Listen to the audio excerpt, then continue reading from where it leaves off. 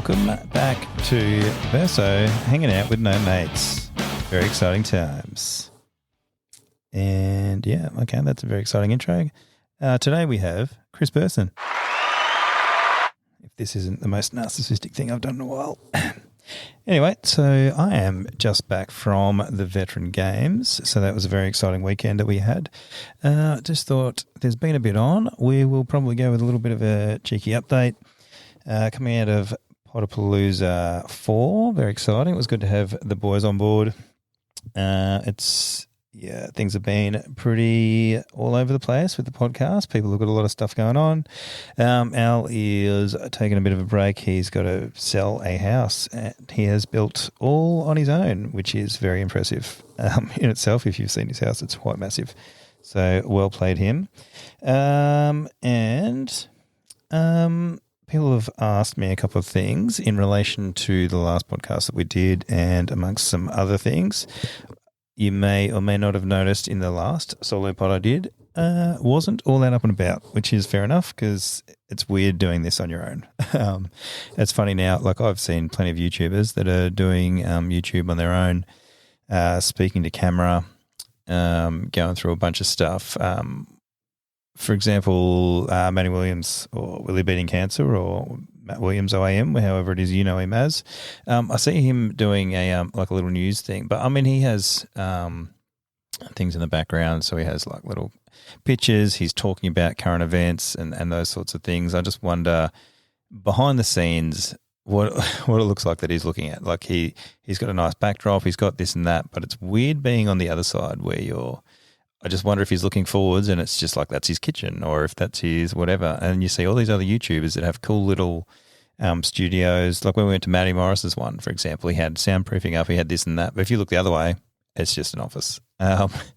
And like mine's just in the kitchen usually when we all just sit around and do that. So you might hear a bit of echo every now and then. Whereas at the moment, I'm just in a clothing cupboard because the soundproofing is a lot better having a whole bunch of carpet and clothes and everything around.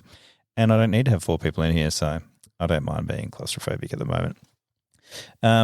But yeah, so one of the questions I got was how do I feel about doing solo pods? Being that I've only done one and it was pretty rushed last time, I wasn't a big fan of it. It's also just weird because you sit here talking to yourself and that is bizarre. In my last job, well, not last job now, but a while ago as a negotiator, you used to go up and you'd talk to a door and you didn't know if somebody was listening, but you didn't know if you were going to get a response, but at least you knew that there was someone in there. Oftentimes they were passed out or they were in another room or sometimes they were passed away, which was obviously not great. But, you didn't know it. You might be sitting there talking for 4 hours and that was in front of a crowd of people. Less awkward for me than it is doing a podcast on your own in the middle of nowhere talking and not knowing if anyone's ever going to listen to it. It's a weird vibe. I don't know why it's so weird. It's weird because you're just talking to yourself and I'm hearing myself from microphones and stuff. And I mean, this is weird as it is, but less weird than the first time I did it. And there are plenty of people that do podcasts on their own that just like talk about topics, do whatever else it is. A lot of YouTube channels is literally just a talking head video.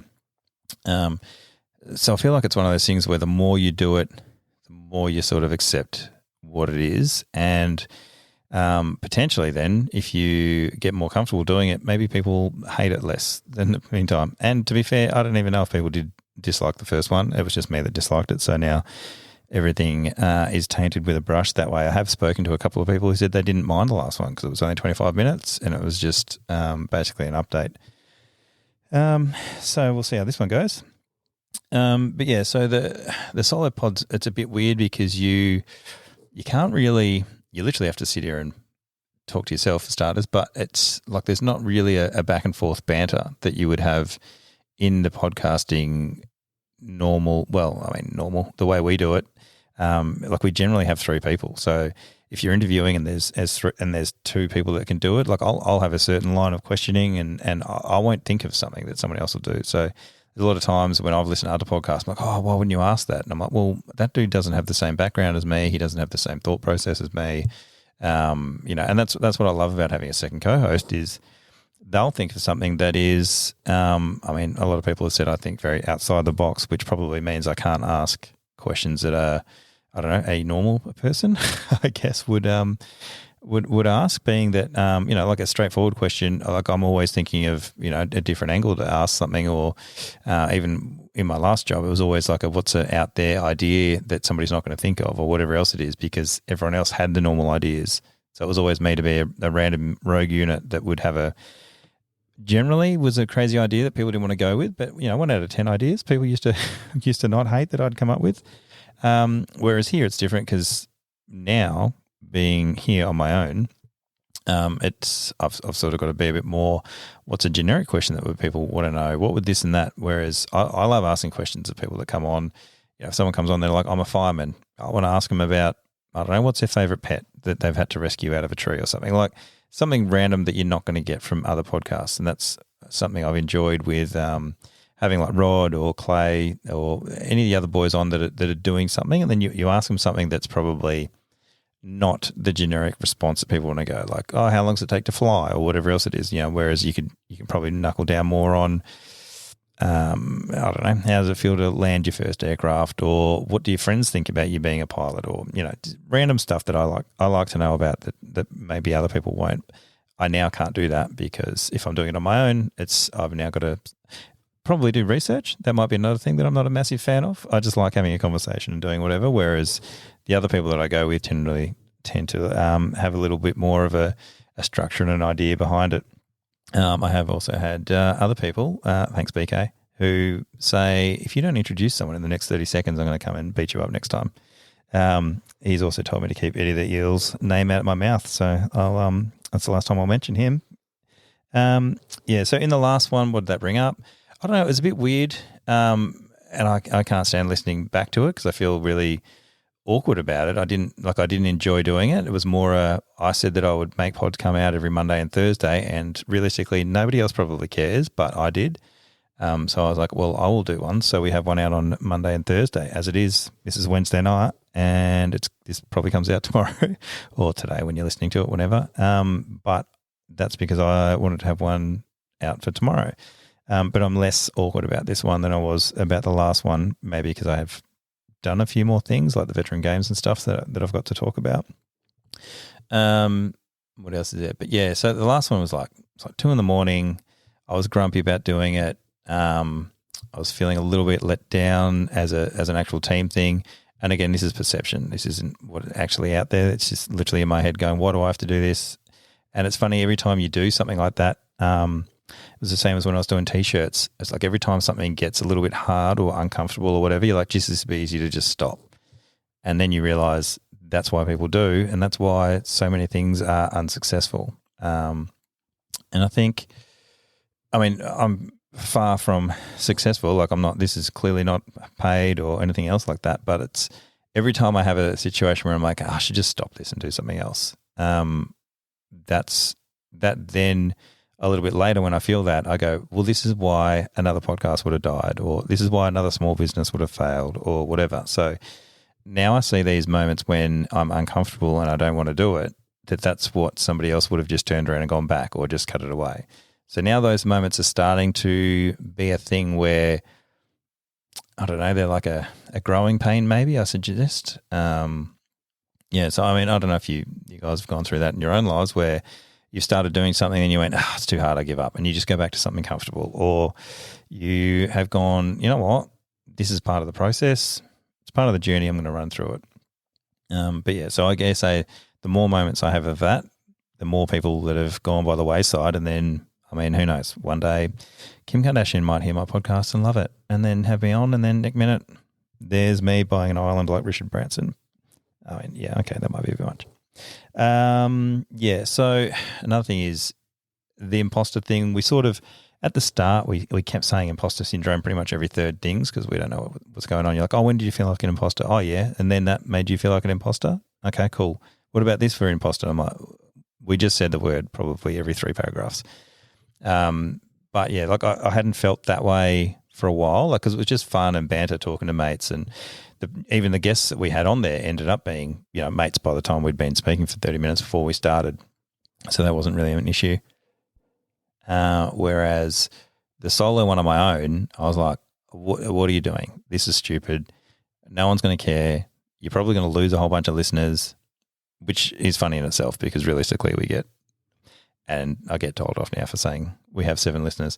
On average, we seem to have around 200 listeners to each episode, but some are almost at 900. So we do have some listeners. It seems to be a core group of probably, I don't know, maybe 150 plus that seem to listen to pretty much everyone. But then other ones, obviously, it's a pick and choose thing. But that was probably one of the biggest things I found for imposter syndrome is literally about 30 episodes in and doing one on my own. That felt ridiculous. Like if you're on radio, there's banter, there's music, there's this and that. This is literally you try and talk to yourself for an hour and you see how that goes. It's that might be a challenge you guys want to do yourselves because I'm 11 minutes in and I'm not anywhere near as disgruntled as I was last time. The last one I think was like 22 minutes and by 7 minutes in, I was well over it. But yeah, so that's probably the first time I felt imposter syndrome in a while. So that was uncomfortable. I didn't enjoy that in the least. But again, now it's one of those things that I look at it and I'm like, well, that was the first one. And just doing this one feels completely different than the last one. You guys can slide into the DMs and tell me this one was way crapper than the first one. You're welcome to it. What have I enjoyed about the pod? I actually enjoy the podcasting part because realistically it's just talking into a microphone and listening to your mates. I find it's I don't know if a lot of you guys have talked into radios and things if you've been police or first responder or army. You find that there's no talking over each other. So it's even though radios is very you have to sort of think about what you're saying beforehand because you've got to get off the air and things. It's an actual conversation where you talk and then the other person responds. And in person, as soon as you get like 10 people, there's different conversations, there's people talking over each other, there's all sorts of stuff. Whereas, and I know we've done that on the podcast as well, where we talk over each other and stuff. And I've had a lot of people say, just shut up sometimes, Burso. And I'm like, that's fair. I do occasionally talk over people and I'll take that on board. Probably won't stop it completely because that's just obviously who I am, but I'm getting better at that, I would like to think. But it's like the conversations are a lot more, I don't know, it's not like a conversation in a car where you're all just having a go at each other. It's more like you'll ask a question because you're actually really interested in an answer, and the way you phrase a question or you ask for further info, I feel like it's a conversation where we're trying to get the most out of each other when you're on a podcast. And it's the idea is not to try and trip each other up. It's literally to give the other person an opportunity to almost think about something that they potentially haven't thought about before, and then they get to think about how they want to answer that. But the weird part is when you have the dead air, and like a lot of the times you do this in a police interview where you'll just sit there and be quiet and wait for a response because the other person gets awkward. Whereas here, I don't want it to be awkward for the other person. If they're sort of struggling to think about how they want to answer that question, or I may have asked the question wrong, so I need to reframe it. Or there's been times where people have clearly been a little bit uncomfortable, or you can just, and this is where I think YouTube would be good because you can actually see the responses, because obviously with communication, 80% of it's body language, so you're losing the vast majority of that. Whereas if you watch it on YouTube or whatever, you can actually see those things. So going forwards, whether we want to move into that, we want to go into YouTube. Ideally, I would like to get into YouTube, but that's a thing where you've got to set up a bunch of different cameras. Lighting's a thing. You need a space where it's a studio sort of scenario. I know audio is more important, I find, in video than being able to put it out in 4K. But like if it's annoying to watch, you're probably not going to watch it on YouTube. Likewise with the audio, if the audio is terrible, you're sort of pushing it uphill then, because now nobody wants to listen. I've seen really good video, but the audio is terrible, and it's just so frustrating that I just turn it off. So even though it looks beautiful, it's a waste of my time if the audio is off. So I find audio is more important. So I feel like we're doing all right with that, with the microphones and the AI that we use to do editing afterwards. Fedora says he does stuff, but he literally just puts it through an AI thing, so he's not really doing much. Yeah, enjoyed about the pod. It's funny having a podcast. The more episodes we have as well, the more people are actually interested in being on. When you start and you've got like, we've done 3 episodes and they're my mum, dad, and brother, or whatever, it's a bit weird to try and then ask somebody to be on. And the guests we've had I've really enjoyed the guests we've had. It's been a good mix of people who, I don't know, like some people have, over 100,000 followers. Other people have 200 followers or whatever. But the listens is interesting because people who come on and then love the fact that they went on and they enjoyed it, whatever, they share it to all their friends. And that actually gets more listens than the higher up people that have come on and don't share it for whatever reason. Whether that's imposter syndrome because they were vulnerable, they didn't want to do it, they weren't talking about something else, they were talking about themselves. That might be something, but that's been interesting where people share it in their own audience, and those people want to hear from their friend. And a lot of the time, you learn stuff about your mates that you've never learned before, and that's been a thing that we've sort of picked up by speaking to a bunch of different mates of ours. Even though I've worked with them for years, we never would have just sat and had a conversation without it being interrupted by a job or some rubbish or, just having a joke or doing whatever else it is. You'd never have a legitimate conversation where you're just going to record it, where you're actually just wanting to learn about somebody. Even though we had hours and hours and hours that we could have literally done that, we just never did.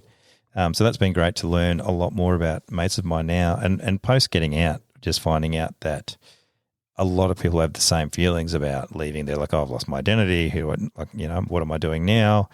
The easiest thing is, do I just go back to that job? It's better the devil you know, even though there's a bunch of stuff there that upset you, which is why you left in the first place. It's like, yeah, but I know that. Whereas at the moment it's uncomfortable. I don't know what I'm doing next. I'm trying to find out who I am as an individual and what do I stand for now? What do I want? What are my dreams, et cetera, et cetera. So it's a weird place to be as an individual, but then talking to other people that are going through the same thing shows that it's literally the same process for everybody. Some people get through that quicker and find out what they wanted to do. Some people leave with an idea and they're just like, yep, I'm done with this. Love it. It was great. That was a section of my life. I'm moving on. Whereas now it's, like I'm going through going, geez, what do I like doing? What don't I like doing? How much do I miss running around, the adventure, the adrenaline? Like, I've not been excited for a long time. Excited, scared, whatever else it is. Like it's almost being numb, not being in emergency services anymore. Where the whole time I was on the job, I was just waiting for a radio to go off that there's a active stabber somewhere, or there's a shooter somewhere, or I'm about to get in a pursuit, or some dude's going to try and assault me somewhere, or someone's literally just going down to try and help someone out, and then somebody comes up and they try and stab me with a syringe or something. Like it was exciting all day because you never knew. Every minute or two, some random stuff can happen that goes from 0 to 1,000, and that was exciting. I loved it. Whereas now, I've not had anybody try and assault me in a long time, and that's not a thing saying please come up and bash me if you see me in real life. Even though BK would love to do that.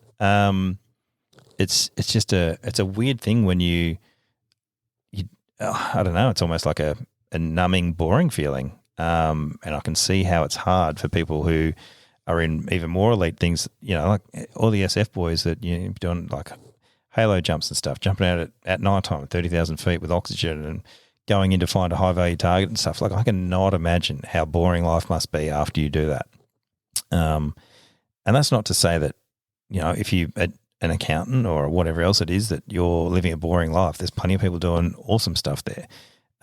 It's just weird that you go from doing stuff like that and then and the people that got out injured, that must be so crazy. Or, even AFL punters that have turn up the first week and, they're in front of 100,000 people, they do an ACL and then it's over. Like, I can't imagine how much that would be. I was just a dude working a divvy van and I'm bored. But it's been good going to sports and doing stuff, like having stuff to look forward to has been a real a real good thing. And that's where like the veteran games and we have True Grit coming up at the end of the year, and just making sure you have stuff on your calendar to look forward to, I find is probably the answer to that. Guests that have surprised me and why. Funnily enough, the guests that I knew nothing about didn't surprise me because I knew nothing about them. So I was just, oh yeah, cool. This is cool to know. It's cool to learn about stuff. It's been more mates of mine that I've known for like a decade and just never knew this stuff about them. That's what's been surprising to me. And also like mates of mine that I've had on here who, a lot of the time, the first time, they're like, who would want to listen to me, this and that, like all the imposter stuff that comes into your head. But then after that, like they've come back to help support, and they're super keen, and they're like, hey mate, I like the first one that I came on, there was other stuff I wanted to say, or I didn't know how it would be received, and now since being on, other people have given me feedback, and now I'm confident to go ahead. So I love the fact that, I mean, other podcasts obviously just have one guest after another, but I enjoy having the other guests back to see what they're up to and what they're moving on with. And, if we make some sort of a community out of that where we continue to have other people come on and co-host and meet people and do some other stuff going forward, I'm super keen to see where that goes. And just other people now, like Rod Henderson, for example, he's got a book that's been published, and now he's he started with a Humble podcast with us, and since then he's done 2 other podcasts, and now he's been on the Ben Fordham radio thing. So he obviously won't return my calls anymore because he's a massive deal, but, you get that on the big jobs. But, he's got a book launch up at the War Memorial that will be going up, and ideally we'll speak to a bunch of other people there. So other people I know, like True Blue, Adam Blum, I think his name is. He's written a book. He's got a podcast. He'll be up there, and I think he wants to do a tag team podcast where he'll interview me and I'll interview him, or vice versa. Peter Hunlin, who I've seen at a couple of movies before, he'll be up there. So ideally, I'll be able to get him on. What else is going to be up there? Well, I mean, Rod will be there, so it'll be good to go up and speak to him, see how his book tour's been doing, a few other things. He was obviously very humble the first time when we interviewed him out of the desert, and he was probably at the start of it and didn't really know what to expect, whereas now he's done a few book signings, he's done a few other things, and he just seems to be a lot more comfortable with where he's at now, and it'll be interesting to see what he's learned about himself along this whole process and where it's gone.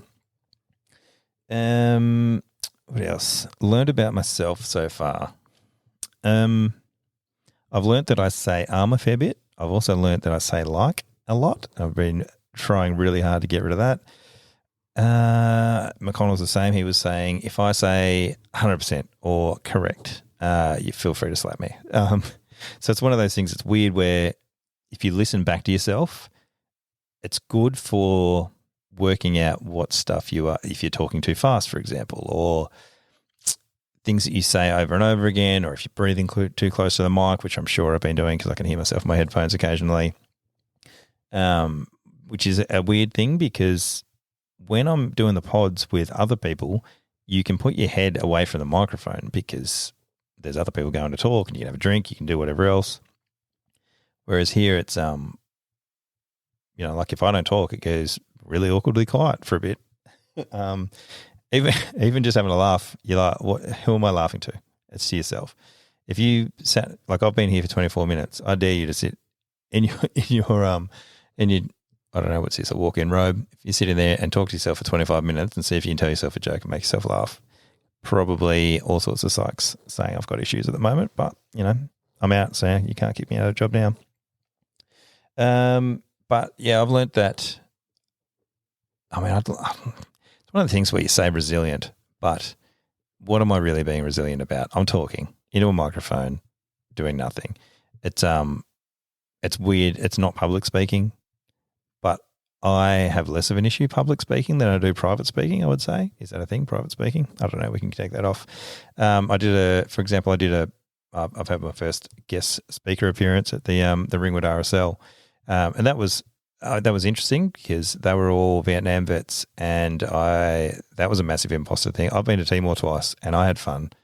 I enjoyed both the trips there, and at no point was it really super scary or dangerous. Obviously, besides at one time we had a firelight come on, but like realistically, it was a great time, and I enjoyed it. I know other people had a shit time in Timor, so I feel awkward talking about Timor being a blast when other people actually had bad times there.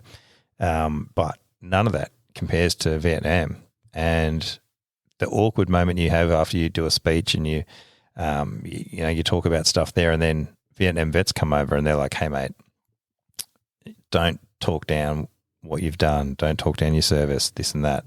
And you're just like, this is making me feel really uncomfortable. You come in and telling me to be proud of my service or whatever. It's like I didn't do, like I had a blast. People paid me to go to Timor, fly around in choppers and see some amazing sights.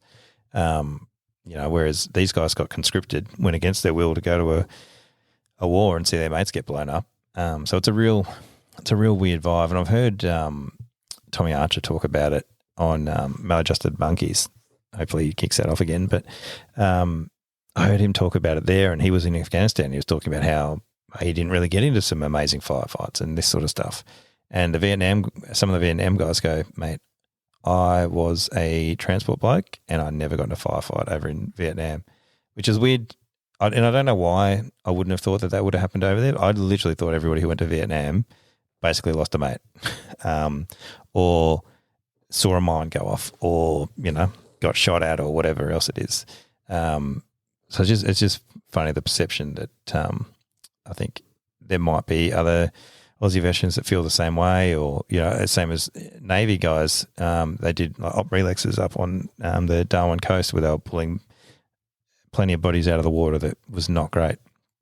But that's Navy, and I would never have thought of Navy. No offense, Navy boys, but having to deal with anything super traumatic besides, I spent a couple of days on a boat, threw my guts up, so that was pretty traumatic. And sleeping that close to other dudes in hotbeds was also pretty traumatic, but that was about the extent I thought it was going to be. But I didn't even think about the things that they would have done through op relax and stuff. So comparing yourself to other people is probably not beneficial when you're going through your service, especially if you're of the belief that you didn't really do anything hard.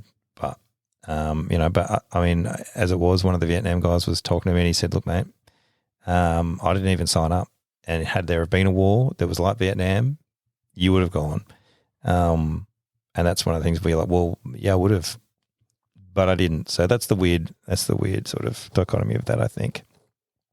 Who would I love to interview? Theo Vaughn. I would love to interview, and I'm sure he's not really listening to this podcast, so there's not really any danger of that happening. But I just love the way Theo does stuff, and he just does not seem to care about who thinks what about him. But that'd be really interesting. But I'm sure there's plenty of. I'd like to speak to Mark Boris. I'd love to speak to Gina Reinhardt. There's heaps of people in positions that I'm just like, how much different are you than me?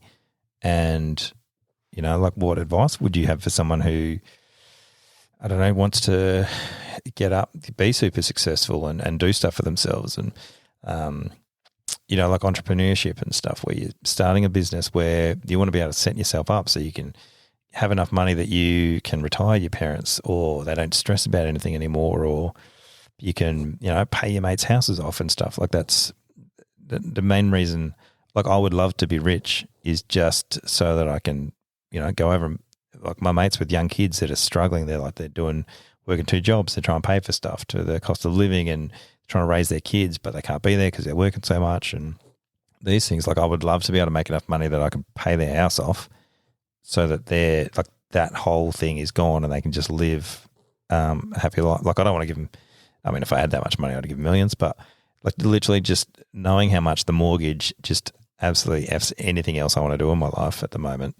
I would love to be able to take that away from myself and other people. And then you don't really need to make that much anymore and just enjoy your life. I don't know why that was my answer to who would I love to interview. Oh yeah, rich people. Gotcha. I'd love to speak to Michael Jordan. I reckon he's hilarious and an amazing individual. I wouldn't mind speaking to, I did work experience with Andrew Gaze and Shane Hill. I wouldn't mind speaking to them again now that I'm over 15, and just having a yarn with them about stuff and what's happened for them since they retired, like how our transition from being, both of them went to the NBA and just going back to like, what do they do now? Do they just chill? They play lawn bowls? They do whatever? Are their mates, are their mates from the NBA still ringing? Like these sorts of things. Just how much is their life just normal and we just assume certain things about certain celebrities, etc. What else have we got here? Some wins of the podcast journey. There's been something. So I met a random person at the gym.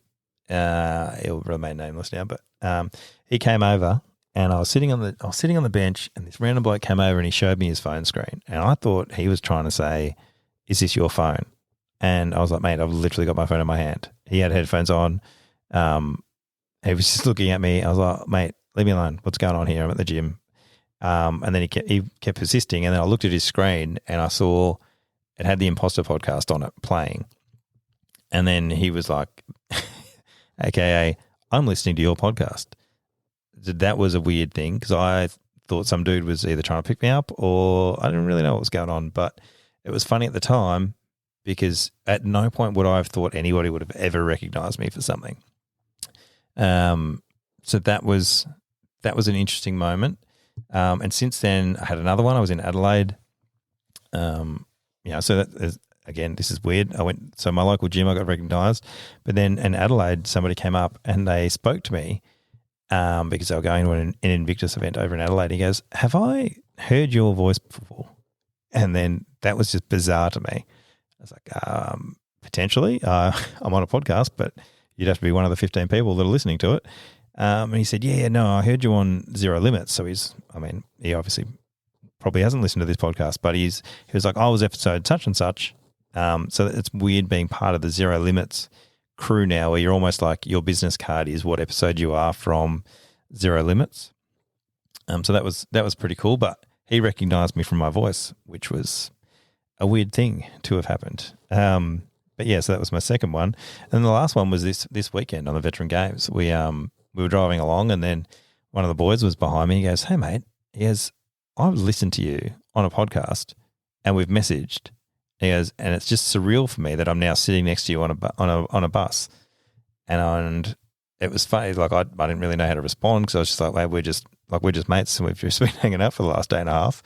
And he's just put two and two together that, he'd been listening to me on a podcast. And it was awkward for me that he sort of almost, like the way he was speaking to me was like, "Hey, it's been, like it's great that I've got to meet you in person. It's like, what a crazy world this is." But yeah, it was just, I don't know, to me, like I'm still not, and again, and obviously I'm not even remotely famous or anything, but it's interesting to be recognized by a stranger basically who then knows stuff about you because he's listened to, I don't know, 40 hours of your talk or whatever it is, if he's listened to all of them. So meeting people that have listened to your podcast, you're sort of behind the eight ball on it because you don't know anything about this person, but they feel like there's a relationship because they've been listening. And don't get me wrong, at no point have I been, it hasn't been disappointing for me or upsetting or scary or whatever it is that, like if you had a stalker or something. The bloke from the gym, like we work out occasionally now. Went to the Veteran Games with another bloke. So, but it's been really interesting to, as much as I like joking about only 7 people listening, I've had 3 people recognize me. So I'm over 50% of our listeners so far recognize me. But it's an interesting thing where, and if it does blow up, it's weird. Like who knows what happens from there? Like do I get recognised by random people? I remember Heston came down to Victoria and he was getting recognised by cops down here and they were waving and tooting at him and he was like, "Well, what have I done?" It's like, no, they just know who you are.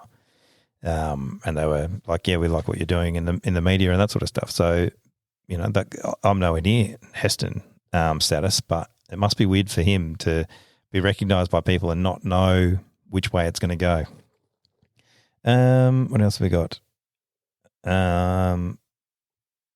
Right. So what are we going to go with in the future? I've spoken to a bunch of the a bunch of the people that we've had on beforehand, and there's Mark McConnell, Caruana, SJ, Fitzy. Those people are happy to come on and continue to do co-hosting stuff. Whether we expand into, like, also we had a chat about certain things. So LinkedIn, for example, has a lot of posts that come up where they talk about certain subjects that are very interesting subjects, and it's not, like they can only put so much on a post, otherwise people stop reading it. And there's a lot of topics there that are interesting. And I've seen, Matty on Zero Limits, he's got the hot debrief. And other pods have like panel discussions and things like that. So whether we, spear off into that and talk about like transition from, first responders to an army, etc., out of that into a new job or whatever, I don't know where we go with that. Whether we do that or whether people would, we don't have that much of a listener base that people would probably just stop talking to us again or stop listening to us. It's like, but whether would it value add to have the people that we've had on then discuss certain topics?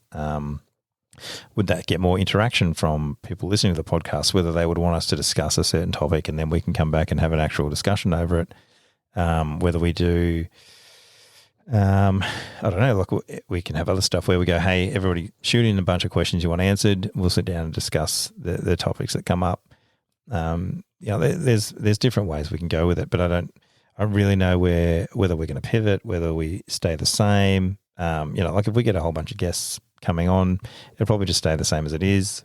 Whether we do a Monday being a guest day and then Thursdays being a discussion, I don't know. I still want to have the Podapaloozas every 10 episodes because I love doing a check-in sort of scenario, and I like the fact that it's different from the other things that we do.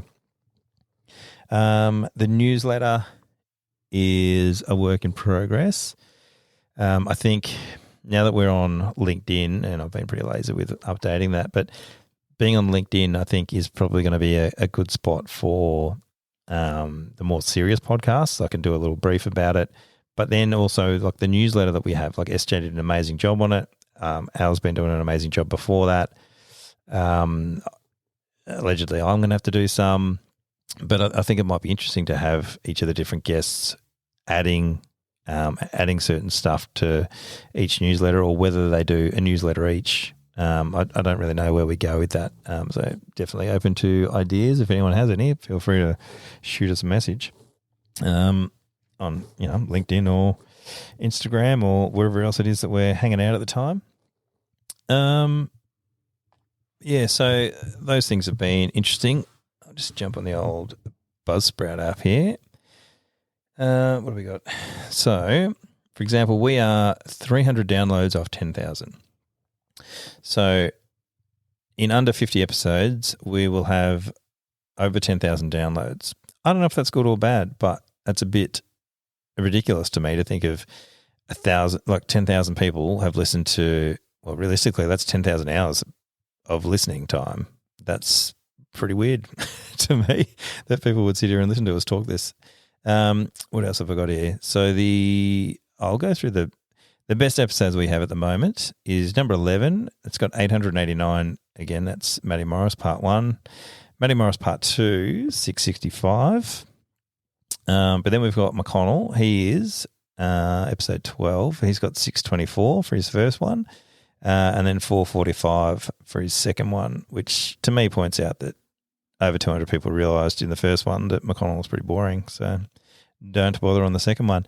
And then in fifth place, we have episode 1 is on 391, but Dan Caruana currently has pushed us out and he's on 392. So the top 5 we have is basically we've got 2 cops and an army bloke. So that's an interesting concept. And then SJ she's just jumped into the 300 club. So she's our first person on there that's an author who is there. So better than Hendo, even though Hendo shares us every day. So thanks, Hendo. Appreciate your help. Other updates we've got here, we've got locations. We have 39 countries and territories that we're part of. Australia is obviously the top. But we have, here we go. I'll click on all. What have we got here? Yeah, so we've got 39 countries in total. Top is Australia. Second is United States. Next is New Zealand. After that is Algeria, which is literally just 2 people listening to us in Algeria. But shout out to Algeria. Thanks for your help. United Kingdom after that. Then South Africa, Thailand, Indonesia, Singapore, Canada, Philippines, Denmark, Spain, Nigeria. Interesting. Sweden, Ireland, Netherlands, France, Norway, Japan, Czechia. How do you say that? Germany, Vietnam, Mexico, Poland, Slovenia, UAE, Austria, Finland. Wow, these places are starting to be, I reckon they're just because Sam does bird over there and it's all the Viking countries. Finland, Iceland, Hong Kong, Malaysia, Switzerland, South Korea. We have 1 in Tanzania. Papua New Guinea has 1. Chile has 1. Italy and Belgium. That's all the countries we are in, which is a bit ridiculous. There's 192 cities. I'm not going to go through them. But the top, Melbourne, that's 48%. Sydney's got 21%. Brizzy's 11%. Then we've got Adelaide is on 6%. Perth is 3%. Geelong is 1%. Then it goes Canberra, Townsville. Algiers Algiers is our highest outside of the country listening. And then Auckland, which is weird because that's part of New Zealand, so I don't know why they didn't. Anyway, oh well, there you go. Algiers and Auckland are the top 2 out of the country ones. What else is there? I think that's about it for that. We get on average around 300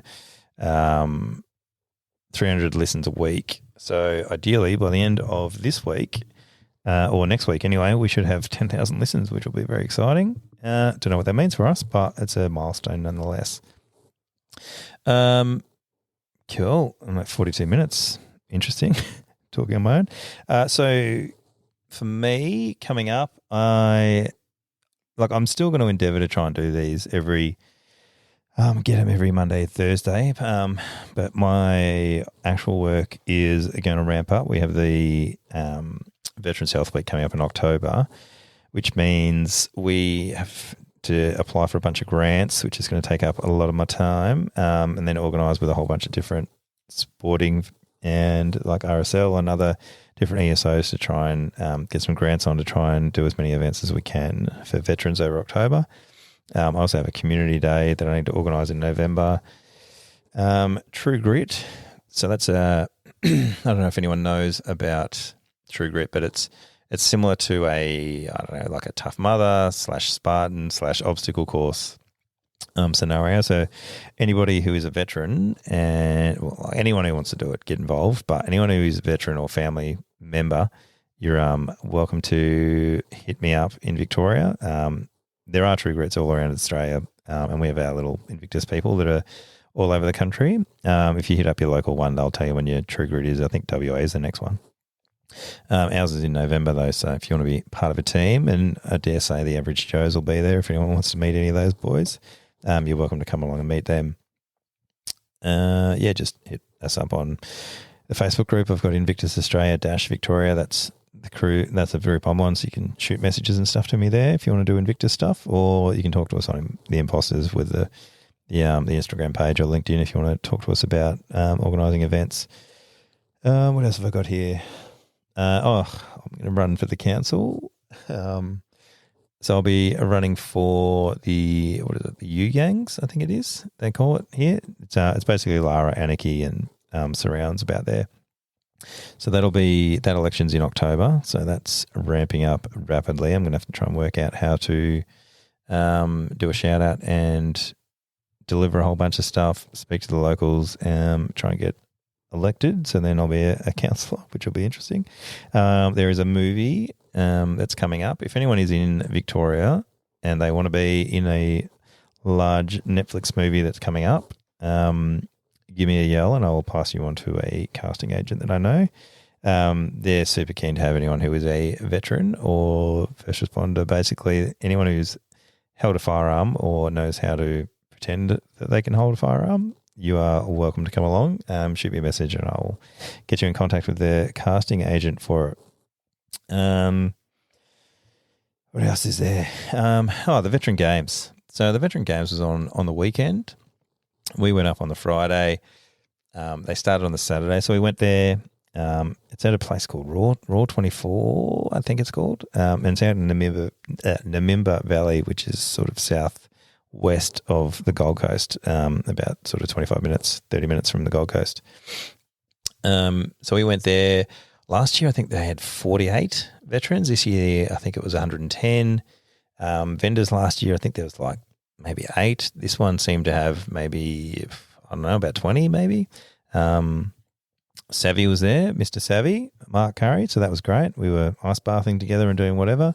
Feel free to jump on the website, get some Savvies, and type in code Imposter for 17% off. Much appreciated if you do. He also gives us kickbacks for that, so that's really cool that he looks after us like that. Helps us pay for our hosting on Buzzsprout and our little AI stuff that costs us, I don't know, what, $12 a month or whatever. But yeah, so that stuff helps us out. So Savvy was there. LE Gear was there. They had a little tent. That was cool. 3 Elements Coffee, I think, was there. High Street, Axon. There was a bunch of Atlantis VR. There was a whole bunch of other stuff. Anyway, it was the village was really cool. I enjoyed it. But so the events, so you go there, you register, you go past, you get your little pack, you get your T-shirts with your team name on it. Then they do a little bit of a briefing, then they do a little warm up, and then you go out and you do your events. So there's what do we have this time? There was a like you had to run, you had to go over a wall. There's like an RDJ. There's a lot of little like sort of hurdle things, and you got to take I don't know. There was like wooden poles. There was ammo boxes. There was water jerrys. Just all your standard. There's some sandbags. Like just rubbish stuff that you just. Like they're just making you move it for the sake of moving it, and they're different shapes and sizes. But you need to work as a team, get them up and back. We did another one. There's a lot of cargo net stuff. A new one we had this time was up and over the cargo net. Last year we had they had a med stand. But this year they still had some stretcher stuff, but it was just sandbags on top of it. But they had a up and over this cargo net, but you were all attached to a toggle rope. So the toggle ropes is like it's a rope. It's about 5 meters long, and it had to go. You all had to be connected to it. So most people just put it through their belt loop, and then you went up and over. But I enjoyed this games better than last games. I was a lot more cooked last year. It was a lot harder last year, but this year was a lot more teamwork related. So it seemed a lot more even this year rather than it was just the biggest and baddest one last year. This year you had to be able to work together. So that was I enjoyed that. The swimming one was great. Like you had to get a bunch of stores and you had to swim with them up and back through this thing. It doesn't really matter if you can't swim. There was a what was it? There was a tire tube there. So you just swam with that. So you weren't going to sink. You just may not have moved very fast, as some people found out. But that was great. We went up and back. So there was a lot more events that were a lot more team orientated this time. So you can't just have 5 people run off. Like as it was, there was a couple of times people had to carry sandbags and the other people were just running. But because they were just running as fast as they could, it ruined their time because some people then fell over in the background because they were carrying weight and stuff. So I love the fact that it was a lot more team orientated this year because it was a lot more even, but it was also, there was a lot more thinking involved, I think, than last year where it was just push that thing as fast as you can or pull that thing or just be stronger than the other gang. So that was good that you could be a team. But the downtime I think was great because we had a lot more time to actually go and speak to the vendors that were there. And a lot of them are very veteran focused, but they were there they provide a lot of stuff that people wouldn't know about. So if you haven't been to a transition seminar, which a lot of people don't because they're like, I'm getting out, I don't need any of this. And then 6 months later, you're like, oh, damn, I wish I'd known what was out there. Whereas this one I think was great because we could sit around, we could meet people, and you're in the recovery center, but whilst you were there, like vendors would be there and you're sitting in a chair doing a 15-minute recovery with these compression things from P3 Recovery, which apparently there's one in Port Melbourne, so I'm going to go down and see them. But they, you're sitting in a chair for 15 minutes, so you're going to chat to each other. And then if you like, oh, where are you from? You're like, oh, I'm in Axon. We talk about getting your property development up and running, and oh, we're from Bravery Trust, so we help people out in financial difficulties, or we do this and do that. Like, it's a good opportunity to actually talk to people and pass on information that other veterans had learned that they didn't. We had 2 current serving teams this time, which was interesting to have a chat with them because they got to speak to veterans who had been out for a while. And at no point when I was getting out did I speak to anybody who had been out of it. So I think the games is a really great way of veterans who have got out, gone through the transition piece where, you've gone, oh, geez, that was bad, or I wish I'd done this, or if I'd known I was leaving at that time, instead of just leaving in a huff, I would have prepared myself, done a bunch of stuff to get myself ahead whilst I was in. And I think that was, I spoke to the Fed Guard people there, and they weren't thinking we're out next year or anything, but it's a thing where, if you do a degree in your own time, there is support for you and these sorts of things. And then when you get out, you can have a degree and then leave straight away. So you now have the education that the civvy world wants, but you also have the experience that the civilian part don't get. And I think that was a win-win, being able to speak to current serving members on how to set themselves up for how they get out, which is where, Mark Thomas from the Code 9 Foundation, he came on and he was talking about a transition being 5 years, 7 years whilst you're in the job. You slowly work away at what you want to do next. So it's as you've gone through policing or been a fiery or army or whatever else you want to do, by the time you get to the end of it, you're like, I've ticked off all the stuff I wanted to do as army, and I've also set myself up for what I'm going to do next. A lot of people I know have just left in a disgruntled mess, and then you just sit there treading water, floundering because you're not in a position to really succeed. So you sort of have to go through a really tough 12 months, 2 years, a lot longer for some people, before you start to then really thrive on the other side. And I think that's something that the Veteran Games was great, being able to have current serving to learn from former serving through all the stuff-ups that we've made, so that they didn't have to make them. Whether they take that on board or not, who knows? Jury's out on that one. But, I think that's about it, mate. So thanks very much for having me. That's twice as long as last time, so feel free to shoot me a message, send me a text and say that was crap, Burso. But otherwise, hopefully we don't have to do too many more of these on my own. But, thanks very much for listening, and have a good one, gang.